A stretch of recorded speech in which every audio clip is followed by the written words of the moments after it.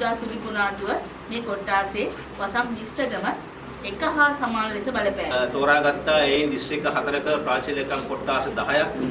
විගහ kilo කොට්ටාසේ ගත්තම තවමත් ග්‍රාමීය සංවර්ධනයක් තියෙන ප්‍රාදේශීය ලේකම් කොට්ටාසයක්. අපි මේ දිස්ත්‍රික්ක 4 1100කට හෙල්පේජ් ආයතන ස්තුතිවත් වෙන ගමන් ලුණු කැටේ ඉඳලා තියෙනවා කියලා. ඔකේ ලුණු කිලෝ එකක් තියෙනවා. හාල් තියෙනවා. පිටි තියෙනවා. පරිප්පු තියෙනවා. සීනි තියෙනවා. තේකොළ තියෙනවා. ප්‍රගානේ සති දෙකක් හෝ මාසයකට කන්න බඩු ටිකක් තමයි අපි දෙන්නේ. ඉතින් නාලා වුණ ෂැම්පු ගාලා ඉවරලා එනකොට ඊළඟට ඕන වෙනවා. විගහ කිලෝ හොයාගෙන ආවට කොහොමත් ස්තුතියි.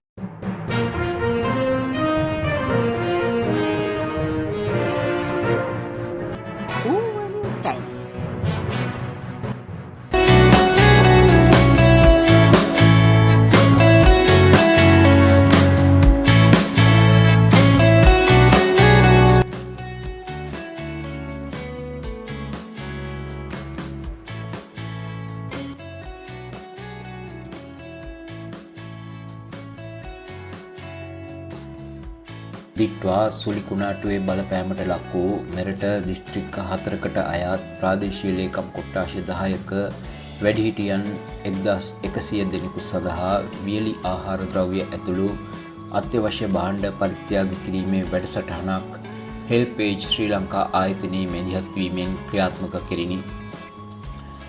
මෙම වැඩසටහනට සමගාමීව මීගහ කිවුල ප්‍රාදේශීය ලේකම් කොට්ටාශයේ වැඩිහිටියන් 100 දෙනෙකු සඳහා භාණ්ඩ පරිත්‍යාග කිරීම එම ආයතනයේ විධායක අධ්‍යක්ෂක ආචාර්ය හර්ෂ බණ්ඩාර මහතා ඇතුළු නිලධාරීන්ගේ සහභාගීත්වයෙන් මීගහ කිවුල ප්‍රාදේශීය ලේකම් කාර්යාලීය ශ්‍රවණාගාරයේදී සිදුවිය.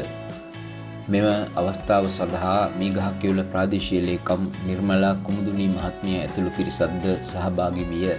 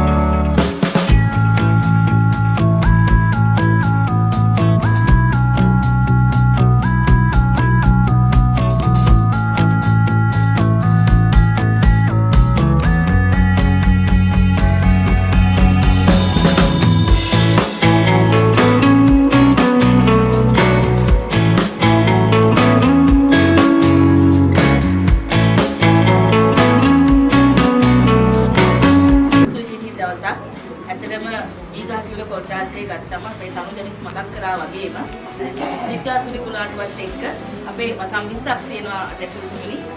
ඒ වසම් 20ම පාහේ අපි ආපදාවල ලක් වුණා. ඒක වටිනා ජීවිත 10ක් අපිට අහිමි කරමින් තමයි නිත්‍යා සුලි කුලාටුව මේ කොට්ටාසේ වසම් 20ටම එක හා සමාන ලෙස බලපෑවේ. එතකොට මේ අවස්ථාව වෙනකොට මම හිතන්නේ දැන් මාස 3කට අධික කාලයක් ගත වෙලා ඉවරයි මේ ව්‍යසනයෙන් පස්සේ අපි නැගිටිමින් පවතිනවා. අපිට තව නැගිටින්න ගොඩක් ශක්තිය සහ ධෛර්යය අවශ්‍යයි. අපි දන්නවා ආපදාව වෙච්ච වෙලාවේදී දිස්ත්‍රික් ලේකම් කාර්යාලය, රාජ්‍ය නෝන සංවිධාන මේ හැම එකක්ම වගේ අපිට උදව් කරා. හැබැයි ඒ කාලවකවානුව දැන් අවසන් වෙලා තියෙනවා. ඉතින් මම හිතනවා අද දවසේ මම විශේෂයි කියලා කියන්න හේතුවත් ඔබතුමාලාගේ පැමිණීමම අපිට ලොකු සතුටක් මීගහ කිල්ල කොට්ටාසයට. මොකද මීගහ කිල්ල කොට්ටාසය ගත්තම තවමත් ග්‍රාමීය සංවර්ධනයක් තියෙන ප්‍රාදේශීය ලේකම් කොට්ටාසයක්. ඒකෝට අපි ගාව විවිධ වයස් පරතරවල විවිධ තරාතිරම්වල විවිධ සංස්කෘතියන් තුළ විවිධ ආර්ථික මට්ටම් තුළ ජීවත් වෙන බොහෝ පිරිස් ඉන්නවා. අපි සාමාන්‍යයෙන් ගත්තොත් වැඩි හරියක් ඉන්නේ ග්‍රාමීය ජනතාව. අද දවසේ අපි මේ අවස්ථාවට කැඳවලා තියෙන්නේ දිස්ත්‍රික් ලේකම් කාර්යාලය හරහා වැඩිහිටි ප්‍රවාදන නිලධාරීතුමිය හරහා අපිත් එක්ක අපේ උදව් වැඩිපුරම අවශ්‍ය කරන අපේ ආදරණීය අම්මලා තාත්තලා. මේ අයත් මෙතනින් බොහෝ දෙනෙක් දැන් මාස දෙකකට මාසයකට එහා කාලයකදී කඳවුරකට වෙලා මාසයකට අඩු කාලයක් තමන්ගේ ජීවිතාව තමන් යොමු වෙලා හිටියා. ඉතින් මම හිතනවා ඒ වගේ පවුල් වලට අද දවසේ ඔබතුමන්ලාගේ පැමිණීම ඔබතුමන්ලා ලබා දෙන දායකත්වයේ ලොකු ශක්තියක් වෙනවා අනිවාර්යයෙන්. ඉතින් විශේෂයෙන් මීගහ සිවුර හොයාගෙන ආවට බොහොමත් ස්තුතියි හෙල්පේජ් ආයතනයේ විධායක අධ්‍යක්ෂකතුමන්ට ඒ වගේම අනිකුත් සීලම නිලධාරී මණ්ඩලයට අද දවසේ කෙටි දැනුම් දීමකින් තමයි අපිට වැඩසටහන සංවිධානය කරගන්නට හැකි වුණේ. නමුත් කෙසේ නමුත් අපිට අවශ්‍ය කරන ප්‍රමාණය එහෙම නැත්නම් ඒ ප්‍රතිලාභී ප්‍රමාණය අපි මේ අවස්ථාවට කැඳවලා තියෙනවා. නැවත වතාවක් හෙල්පේජ් ආයතනයේ ස්තුතිවන්ත වෙන ගමන් අපේ ආදරණීය අම්මලා තාත්තලාට කියන්න තියෙන්නේ අපි ඉන්නව උදව් කරන්න රජයේ විදියට සහ රාජ්‍ය නොවන සංවිධාන විදියට සියලු දෙනාම ඔබගේ පැවැත්ම ඔබගේ ජීවිතය සුරක්ෂිත කරන්නට බැඳී ඉන්නවා. ඉදිරි පරම්පරාවට යහපත් දේ දෙමින් ජීවිතය ගත කරන්නට අවස්ථාව සලසා ගන්න කියලා ඉල්ලීමකුත් කරන ගම මම නැවත වතාවක් හෙල්පේජ් ආයතනයේ ස්තුතිවන්ත වෙන ගම මගේ කෙටි කතාව අවසන් කරනවා. බොහොමත් ස්තුතියි. ආයතනයේ වශයෙන් ඇත්ත වශයෙන්ම අපි වැඩිහිටි ප්‍රජාවට සේවාවන් ඉෂ්ට කරන ආයතනයක් වශයෙන් අපි තෝරාගත්ත එයින් දිස්ත්‍රික්ක 4ක ප්‍රාදේශීය ලේකම් කොට්ටාස 10ක්. ඒ කොට්ටාස 10 තෝරාගෙන අපි ඒ කට්ටියගෙන් ඒ ප්‍රාදේශීය ලේකම් කොට්ටාස වලින් තෝරාගත් පිරිසකට අපි මේ දිස්ත්‍රික්ක 4 1100කට මෙම අයට සහන සලසා දෙමින් තිබෙන අවස්ථාවක තමයි අපි මේ සහභාගී වෙන්නේ. මේ අද මෙම වැඩසටහන යටතේ තිබෙන අවසන් වැඩසටහන මේගහ කිවුල ප්‍රදේශයේ අපි අද උදේවරුවේ බදුල්ල ප්‍රදේශයේ ඒ ආධාර සපයලා තමයි මේ අවස්ථාවට මේ පැමිණියේ. ඉතින් ඉතාමත් කනගාටුයි ඔබ සියලු දෙනාට ඇති වූ ව්‍යසනය පිළිබඳ. නමුත් අපි සියලු දෙනාම දැනගන්න මේ ස්වාභාවික විපත් කියන ඒවා අපි නොසිතූ වෙලාවක පැමිණෙන දේවල්. අපි දුක සැප කියන එක දුක වගේ සැප වගේම දුකත් අපිට ඇති වෙනවා. ඉතින් නමුත් මේ දුකෙන් අපි දැනගන්න ඕන ඒක තාවකාලික දේවල්. අපි එයින් ඊට පස්සේ මිදිලා නැවත අපේ ජන ජීවිතේ නගා සිටවන්න. හෙල්පේජ් ශ්‍රී ලංකා ආයතනයේ වශයෙන් ගත්තාම අපි ආරම්භ වන්නේ මීට දශක 4කට පෙර 1986 ජනවාරි මාසයේ අපි දශක 4ක් පුරාවට ශ්‍රී ලංකීය වැඩිහිටි ප්‍රජාවට සේවාවන් රාශියක් ඉටු කරන ආයතනයක්. අපි මුලින්ම ආරම්භ කරන්නේ වැඩිහිටි දිවා මධ්‍යස්ථානය රත්මලාන ප්‍රදේශයේ. අපගේ දැක්ම වන්නේ වැඩිහිටි ප්‍රජාවට ගෞරවනීය සෞඛ්‍ය සම්පන්න නිරෝගීමත් සුරක්ෂිත සමාජයක් බිහි කිරීම. ඉතින් ඒ අරමුණ උදෙසා එම දිවා මධ්‍යස්ථානයේට වැඩිහිටියන් 30ක් 40ක් පමණ ප්‍රමාණයක් සහභාගී වෙනවා. ඔවුන්ට නොමිලේ ආහාර පාන ලබා දීලා ඊට පසුව ඔවුන් මේ විවිධ විනෝදකාරී වැඩසටහන් ආගමික වැඩසටහන් ජන ජීවිතය නගා සිටවන ජීවනෝපාය වැඩසටහන් වලට සහභාගී වෙලා ඔවුන්ගේ අර තනිකම ඒව නැති කරගෙන හවසට නික්ම යනවා. දිවා මධ්‍යස්ථානයේ මොරටුව රත්මලාන්ට අමතරව අපි මේ ගිය මාසේ අපි ආරම්භ කරා මොරටුව ප්‍රදේශයේ තවත් දිවා මධ්‍යස්ථානයක්. එම මධ්‍යස්ථානයේත් අපි ඉදිරියේදී සහ මේ අවස්ථාවේදී අපිට සිදු කරමින් පවතින්නේ එම සේවාවන්.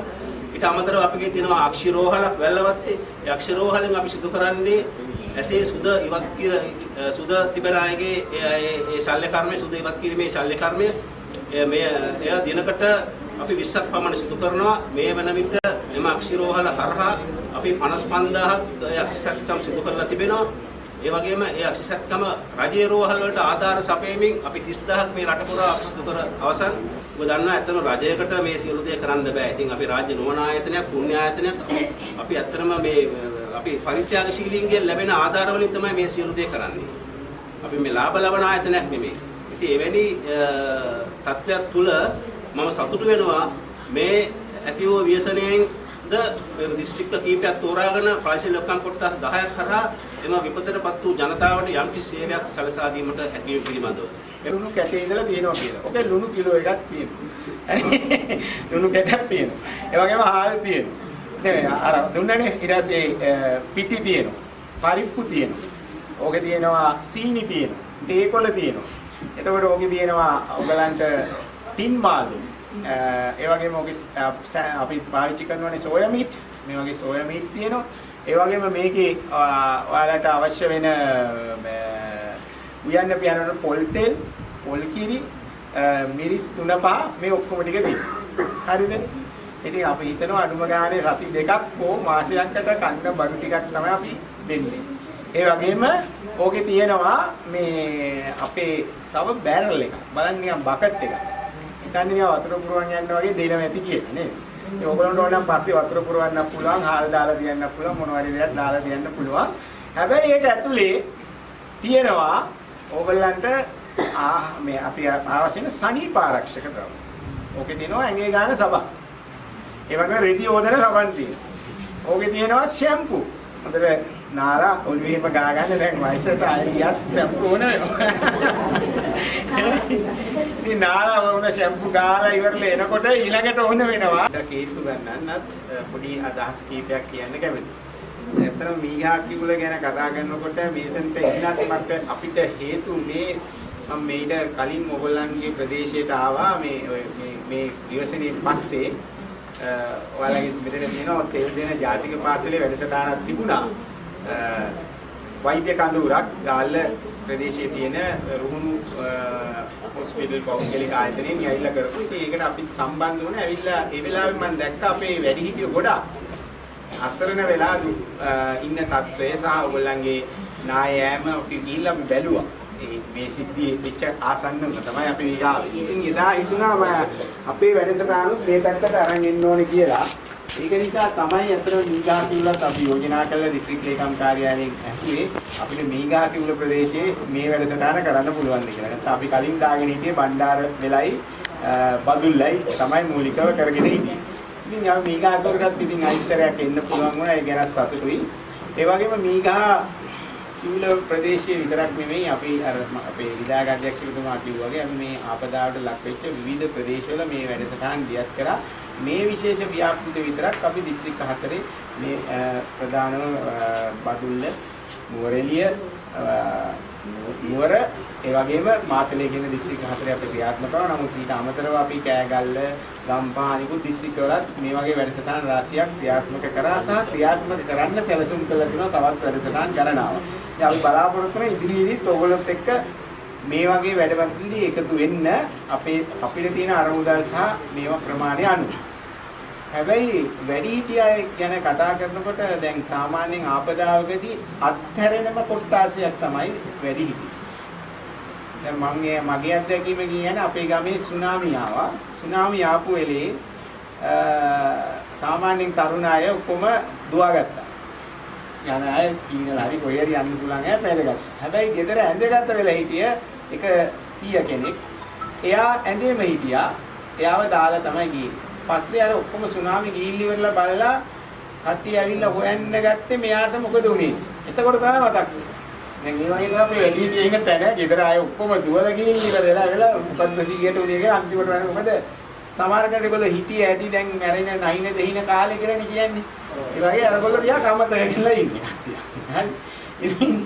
ඒ නිසා අපිට අවශ්‍යයි අපේ ආයතනයේ තියෙන්නේ ඔබගේ අවසාන කාලේ සතුටින් ගෞරවයෙන් ඒ වගේම ආරක්ෂිතව සෞඛ්‍ය සම්පන්නව ජීවත් වෙන්න පුළුවන් පරිසරයක් හදන්න. ඉතින් අපි ඒකට තමයි අපේ වැඩසටහන් සියල්ල මුළු රට පුරාම ක්‍රියාත්මක කරන්නේ. අපි එක ප්‍රදේශයක් නෙමෙයි අපි ආපන ඉඳලා දෙවුන්දර තුඩුවේ ඉඳලා පේදුරු තොඩුව දක්වා මුළු රටම ආවරණය වෙන්න වැඩසටහන් දියත් කරනවා. ඉතින් මේ වැඩිහිටියා අපිට ඇයි වැදගත්? ඔබ තමයි මේ රටේ මේ තත්ත්වයට මේ රට මේ තත්ත්වයට ගේන්න උදව් කරන්නේ. දැන් මං කියන මටත් උදව් කරලා තියෙන්නේ ඕගොල්ලෝ. ඕගොල්ලෝ කියන්නේ මොනවාක්ද අපි කර උදව් නේද? මට මේ වගේ ඉගෙනගෙන අධ්‍යාපනයක් ලබන්න උදව් කරේ ඕගොල්ලෝ කියලා මම කිව්වොත් ඕගොල්ලෝ පිළිගන්නවද? පිළිගන්නවද? ඔව් කොහොමද පිළිගන්නේ? කොහොමද ඔයගොල්ලෝ මට උදව් කරේ? අන්න හරි. අපි ගෙවන බදු මුදල්.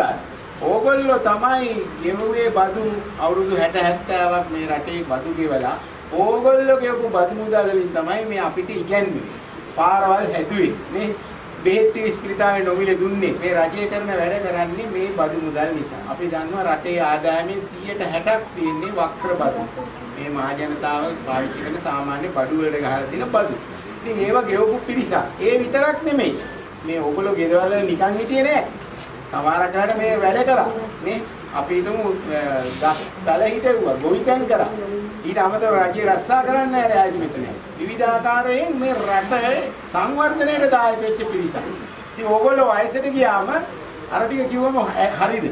දැන් ඕගොල්ලෝ හිටියේ ඇති. මේ ඒක නැත්නම් ආපදාවකදී කමන්නේ ඒගොල්ලෝ වයසයිනේ මරුණට කමන්නේ කියලා අතාරින්න පුළුවන්ද? මට මේ සමහරක් දැන් ගැන හිතෙනවා බෙදෙනකොට වයසයි යාට ගියක් ඕනේ නැහැ වෙන තරුණ කෙනෙකුට කියදී. එහෙම තැන්වල සමහර කතා. අපි කියන්නේ එහෙම වෙන්න බෑ. වැඩිහිටියා කියන්නේ ගෞරවනීය පිරිසක්. ඔබ තමයි මේ රට මේ තත්ත්වයට ගේන උදව් කරන්නේ. ලබා දෙන සේවාවන් පිළිබඳ මම හිතනවා ඔබ තමුන් වහන්සේලා මේ අම්බලා තාත්තලා මේ සහෝදර සහෝදරයෝ සියලු දෙනාම දැනුවත් වුණා.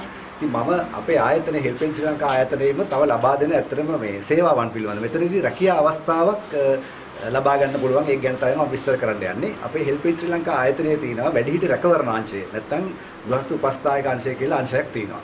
ඒකෙන් කරන්නේ නිවසේ සිටින අසනීප වෙච්ච වැඩිහිටියෙක් රැක බලා ගන්න අපි උපස්ථායකෙක් සපයන එක තමයි කරන්නේ. ඉතින් මම ඔබ තමුන්නාන්සලාගෙන් ඉල්ලා සිටිනවා ඔබතුමාලාගේ දුවා දරුවන්ට අවුරුදු 25ට වැඩි 60ට අඩු මනා ශාරීරික සෞඛ්‍යයකින් ඉන්න කෙනෙකුට මේකට සම්බන්ධ වෙන්න පුළුවන්. රැකියාවක් හෙට සම්බන්ධ වෙන්න පුළුවන්. ඒ සඳහා අපේ ආයතනයේ විශේෂිත පුහුණු ලද කාර්ය මණ්ඩලයක් ඉන්නවා. ඔබ තමුන්නාන්සලාගේ දුවා දරුවෝ ඉන්නවා නම් මේකට සම්බන්ධ වෙලා ඒ අයට වැටුප ලබා ගන්න පුළුවන්. මාසික වැටුප නේවාසිකව ඉන්න වෙනවා. වැටුප 51000 සිට 84000 දක්වා වැටුපක් ලබා ගන්න පුළුවන්. ඊට පස්සේ පුහුණුවෙන් පසුව පුහුණුව අපි කැම් බීම ඉදුම් හිටු සහිතව ඒතර රැකියාව ලබා දෙනවා. පුහුණුවේදීත් අපිට කිසිම මුදලක් අය කරගන්න නැහැ.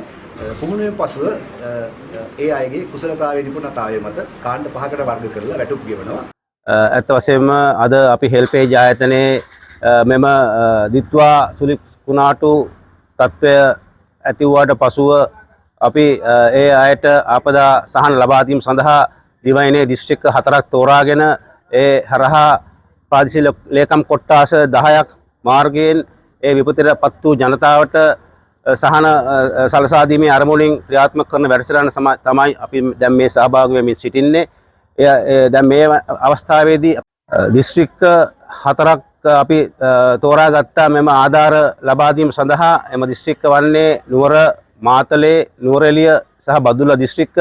ඒ හරහා අපි ප්‍රාදේශීය ලේකම් කොට්ටාස 10ක් තෝරාගෙන විපතටපත් වූ ජනතාවට සහන ලබා දීමින් තමයි සිටින්නේ. දැන් මේ අවස්ථාවේ අපි සිටින්නේ මීගහකිවුල ප්‍රාදේශීය ලේකම් කොට්ටාසේ එම ලේකම් කොට්ටාසේ විසින් තෝරාගත් එම අසරණ වූ ජනතාවට සහන සැලසීමේ අරමුණ උදෙසා තමයි දැන් අපි මේ ලෑස්ති වෙන්නේ. ඉතින් ඉතාමත් ස්තුතිවන්ත වෙනවා මේ හෙල්පේජ් අපේ ආයතනයේ සියලු වැඩසටහන අංශයේ සියලුම දෙනාට මේ සඳහා සෑහෙන කාර්යභාරයක් ඉටු කරා. ඉතින් අපි මේ විපතටපත් වූ ජනතාවට ඇත්ත වශයෙන්ම මම හිතනවා අපිට යම් කිසි සහනයක් ලබා දෙන්න පුළුවන් වෙයි කියා මෙම ලබා දෙන පරිත්‍යාගය තුලින්. ඉතින් බොහොම ස්තුතියි.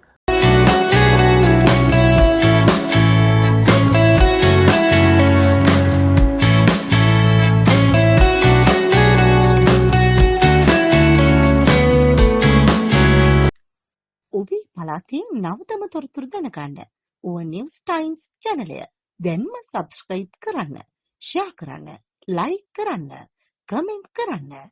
ඌව නිවුස් ටයිම්ස් මේ ඔබේ ප්‍රවෘත්ති නාලිකාවයි.